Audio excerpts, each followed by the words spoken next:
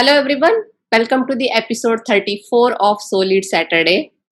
Today's episode is super special. Yes, you got it right. The guest we have today, Dr. Kirk Borne, is the principal data scientist, data science fellow, and an executive advisor at global technology and consulting firm Booz Allen Hamilton. He provides thought leadership, mentoring, training, and consulting activities in data science, machine learning, and AI across multiple disciplines.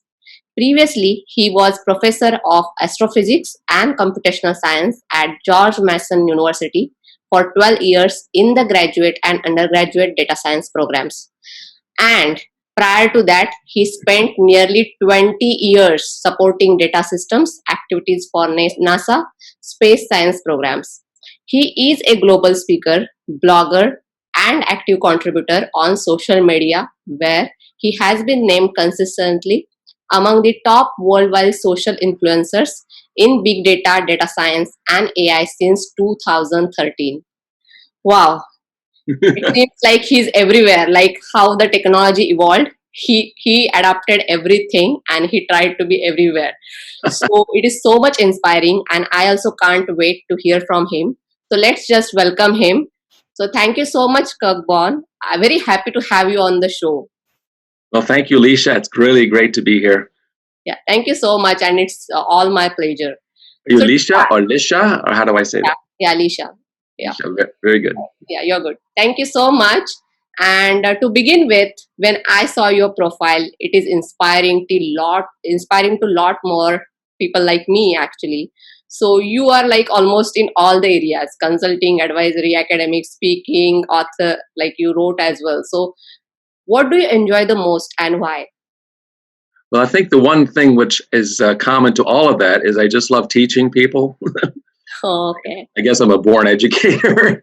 So I love learning from people and also helping people to learn. And so when I'm teaching, training, writing, mentoring, consulting, it's all about inspiring people to use this stuff. That's great, actually. So you are very clear, actually, that I just love what I do. Most. Yeah, because you quickly answered it. Most of the times, people take time when they touch all the areas, different areas. But you were like very quick. So thank you so much for sharing that, and that shows actually the leadership that you have, because you are leading by your passion.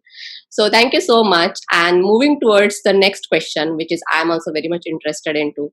You did your PhD in astronomy and astrophysics. How was that? And anything specific about that you would like to share? Because you did it almost in like 1980s, which is like great. So we would like to hear more about it. Yeah, well, and that field, of course, there's a lot of data. So I was exposed to data all the time. So it's not like data science; it was more data analysis. So basically, as a scientist, you observe your field of study, which is for me was the universe. So you collect data about things, you analyze the data and try to understand how that thing works. And so for me, I was studying colliding galaxies, but it wasn't just about the data. For me, I was actually building computer models of colliding galaxies. So I was actually building models and simulations of these things in the universe that collide together.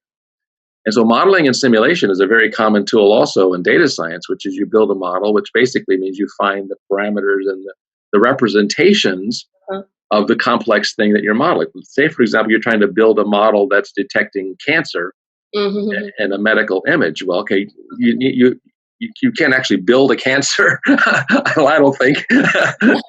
I can't build a real galaxy.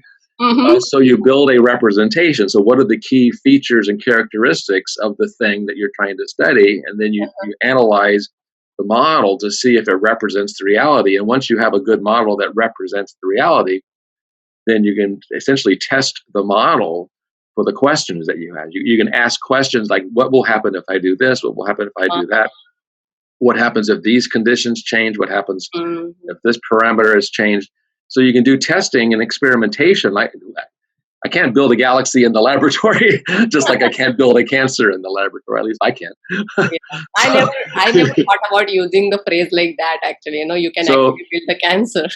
So astronomy and astrophysics actually prepared me for data science because it was all about data and modeling and simulation, hypothesis testing, and that whole scientific process of building a model and verifying, validating, refining the model. Yep. Thank you so much for sharing. And moving towards your next question is about again the same, like, what changes do you see in this field like data science and AI, because you are there for a long time? Well, in the early days, it was really focusing more on the machine learning algorithms. For me personally, I mean, there's still many people today who are doing research on machine learning algorithms. Yeah. But at that time, I was working with data systems at NASA when I first got interested in this more than 22 years ago. So a long time ago. Yeah. And so the way that I learned about machine learning is I would go to conferences, but those conferences were all about the algorithms. They're all very theoretical, academic research papers on algorithms. And for the longest time, I never quite understood, well, okay, that's interesting. I mean, I'm an academic person. I like math. I like that theoretical stuff. But I was trying to understand, well, how is this important for everybody else in the world? Because not everybody in the world is going to fall in love with math. and that's fine. So I was trying to say, okay, I mean, I love this stuff, but how is this going to help other people? And it's really through the applications. So I started learning more about the applications. First in my own field, astronomy. Then I expanded that to other sciences. Then I had some connections with people in government. So I was seeing the applications both in national security, national healthcare, drug discovery, and then I started getting into things like marketing and cybersecurity. And so I see more and more and more applications. So what I see changing now is there's entire conferences devoted to applications of this stuff to X, where X is cybersecurity, healthcare, marketing, anything, right? So back in the day, the conferences were all about the algorithms, and maybe one or two people would have application talks. Now you go to a conference, it's all about the application, and that's great because that's where the real value is created in those applications. Yeah. So thank you so much. And moving towards our very one important question, actually, which a lot of people ask me, that when we talk about data mining, actually these two terms come together: data manipulation and data mining. So what is the difference between these two terms? Well, different people have different meanings, I guess. Yeah. But for me, data mining is really what I was doing in the early days, right? So really applying machine learning to do a discovery from data. So mining data is basically looking for the patterns in the data, building models, building machine learning models that basically represent. Again, we're talking about representation. Data mining is finding the key features and factors in a system that helps you to understand it and to explain it and to maybe even predict what will happen in the future. So for me, that's what data mining means. Data manipulation is really just the process of wrangling with your data, right? You prepare your data, you clean your data, you do feature engineering, you combine data in different ways. So data manipulation is really getting down and dirty with your data. For me personally, data mining is really more about that exploratory phase of discovery from data. That's great. And as I mentioned in your introduction itself, that you were in NASA for like 20 years, you were a program manager.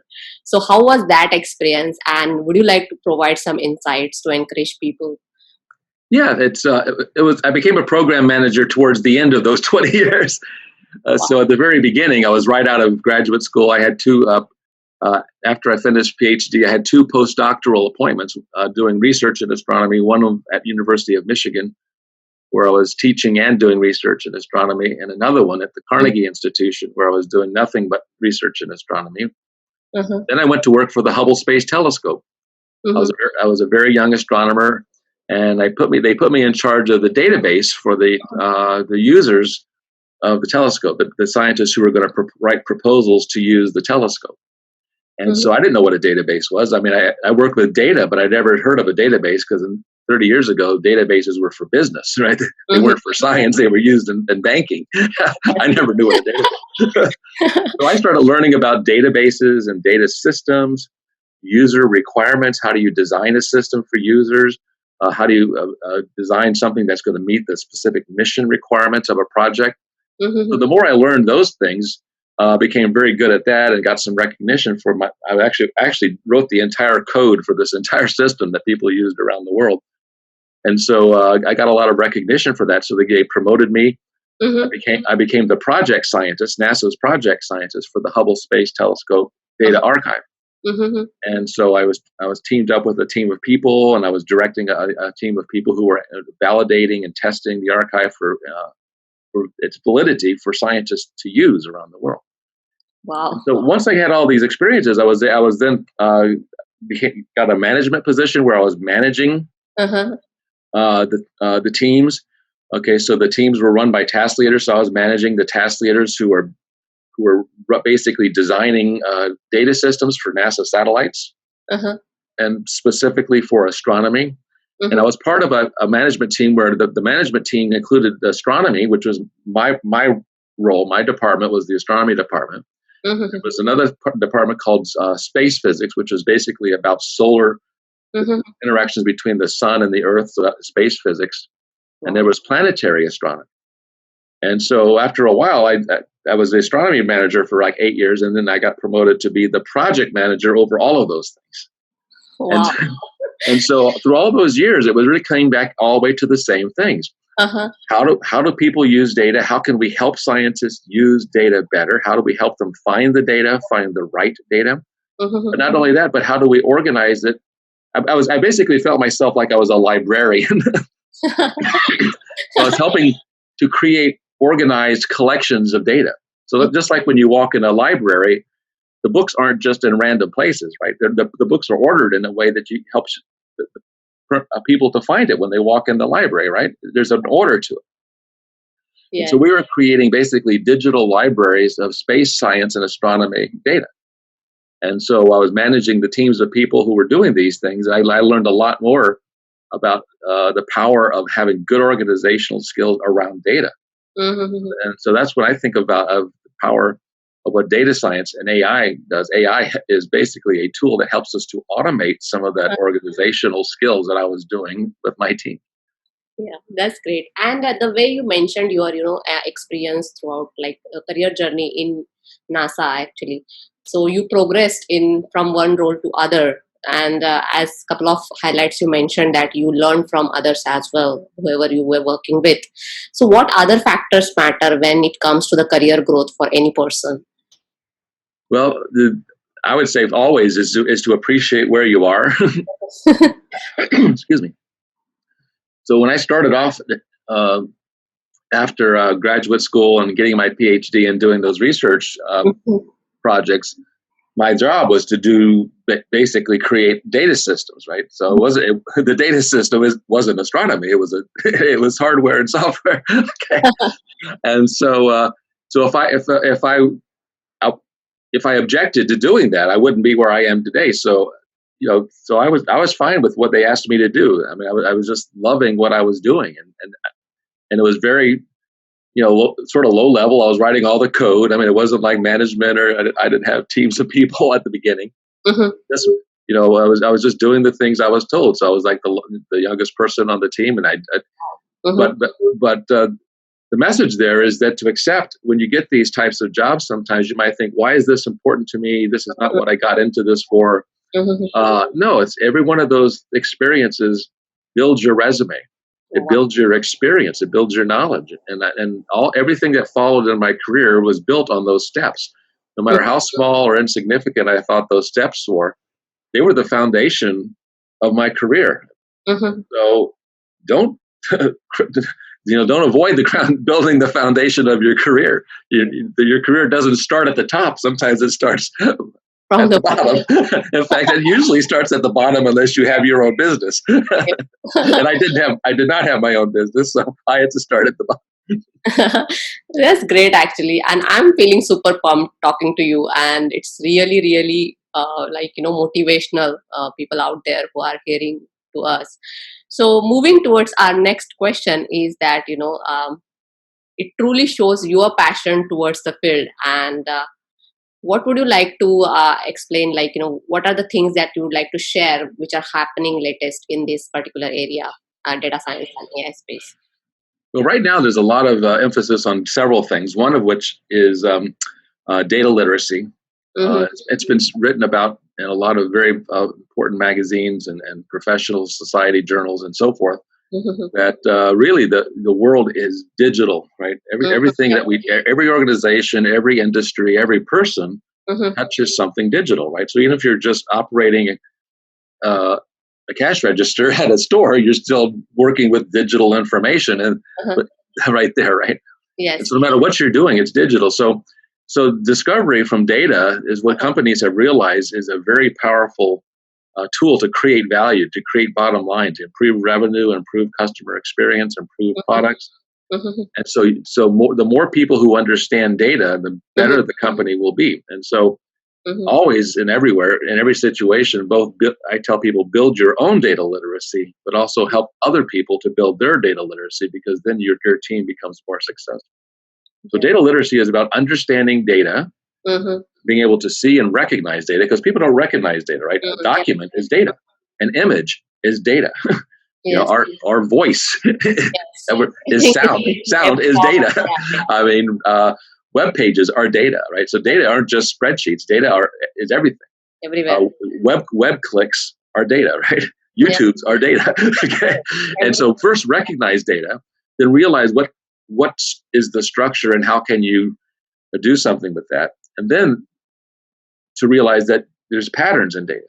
So how do you explore data to find the patterns that are meaningful, that can predict maybe what a customer will do, or what a product might sell for, or what products might sell at a certain time of year or something. And so being able to read data, understand data, analyze data, and use data. So that's one of the key areas right now where a lot of organizations are trying to build their data literacy. And I think the trap for some professional data scientists is, you think that's not for me. I'm the professional data scientist, right? I'm the mathematician and the coder, and I do all these fantastic things. Data literacy is for those other people. And I say, no, it's all of our responsibility to help everybody succeed with this. And so another example of this is auto ML. So another very hot topic is these automated machine learning tools. And that helps people who don't have the time or the aptitude to learn the math and to learn the coding. And that's fine. I mean, if people don't have those aptitudes, that's okay. That they have other aptitudes, right? Yeah. Auto ML helps people in the business who don't have the coding and math skills to use the machine learning to build predictive models, to build tools that can find correlations and trends and patterns in data.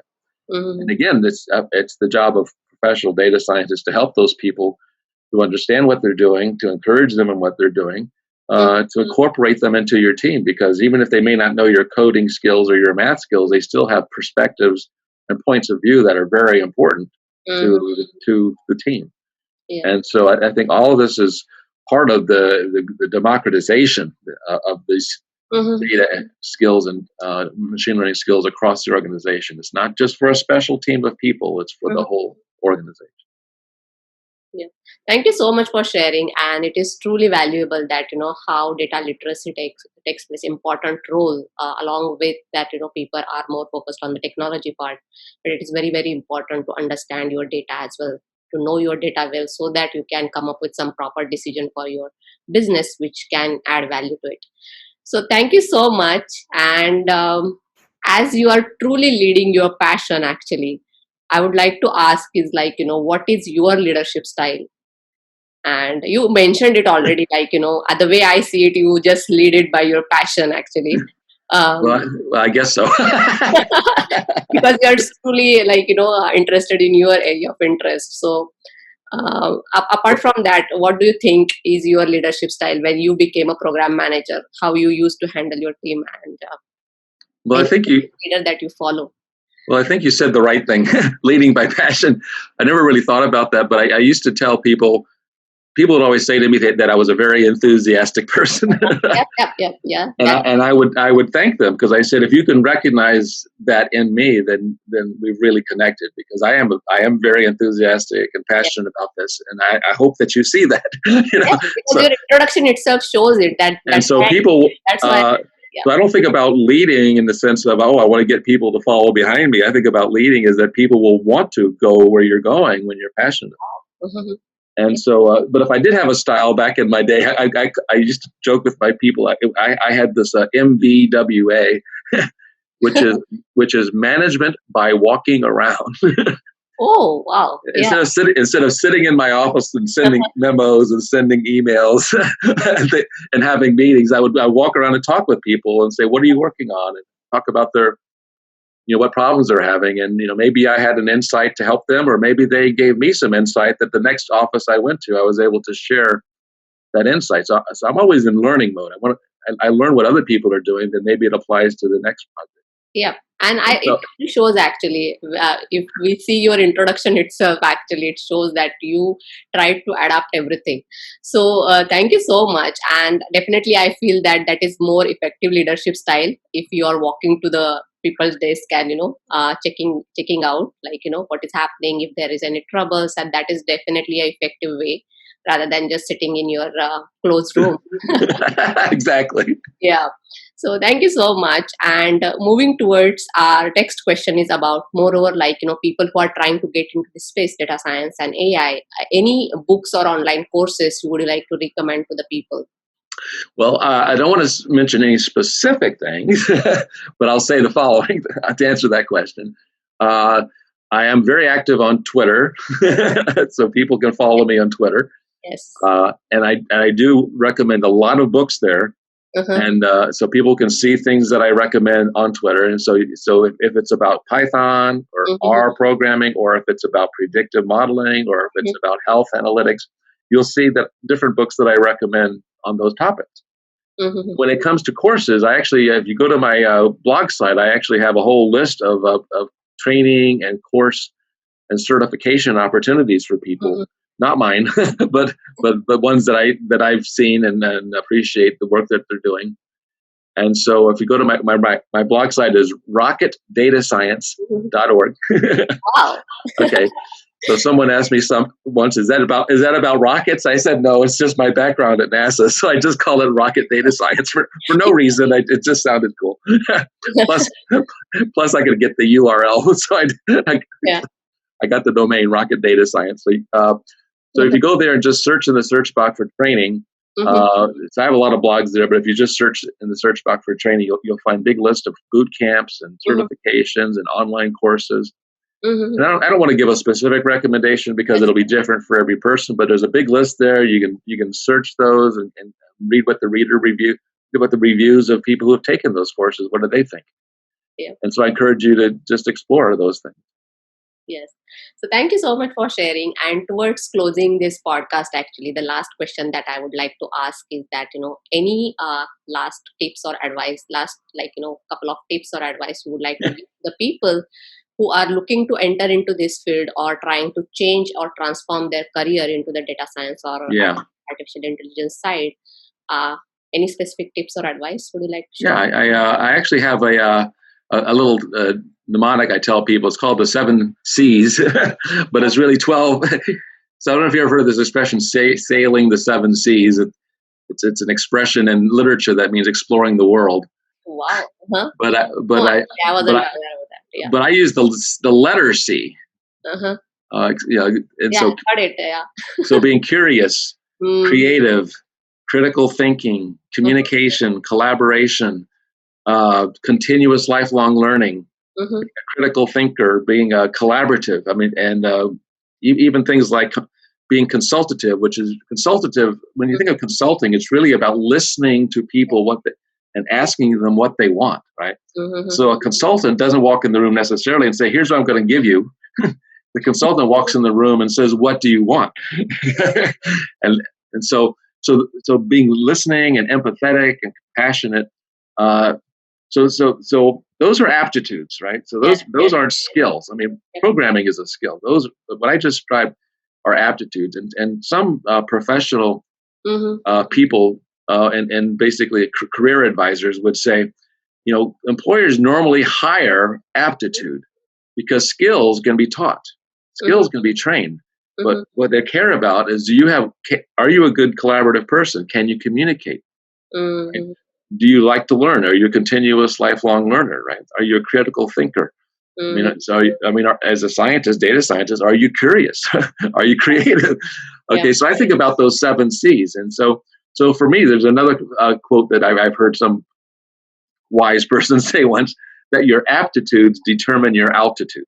Yes. So how far you go in life, how far you climb in your professional career, that is more determined by your aptitude. That is these soft skills. Yes, you need to learn the hard stuff, of course. Like in my early days at NASA, I was doing all the hard coding. I don't do hard coding anymore because there's too many smart people around me who know how to do it better than me now. But in the early days, that's what I did. But now I do something different. So those are the soft skills, and sort of my last two sort of recommendations to people. One is trust your stuff. That's a famous expression in sports. They ask the guy on the team, the athlete, hey, well, how did you succeed? He said, well, I just trust my stuff, right?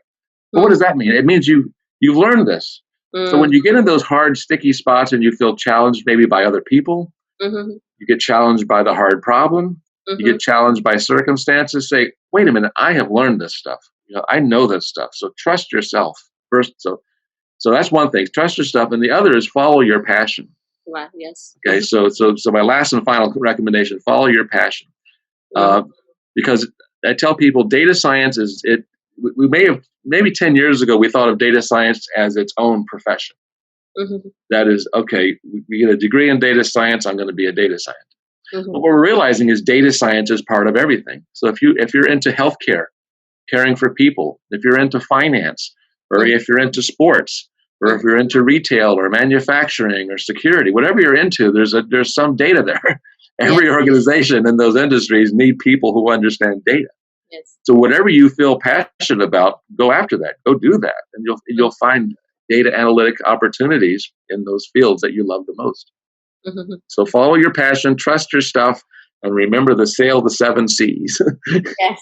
So yeah, what a beautiful thought actually to close the podcast. That audience, hope you are listening to it. That do follow your passion, trust yourself, as well as just follow the 7 C's. I'm going to share those in the content itself. But thank you so much, Kirk.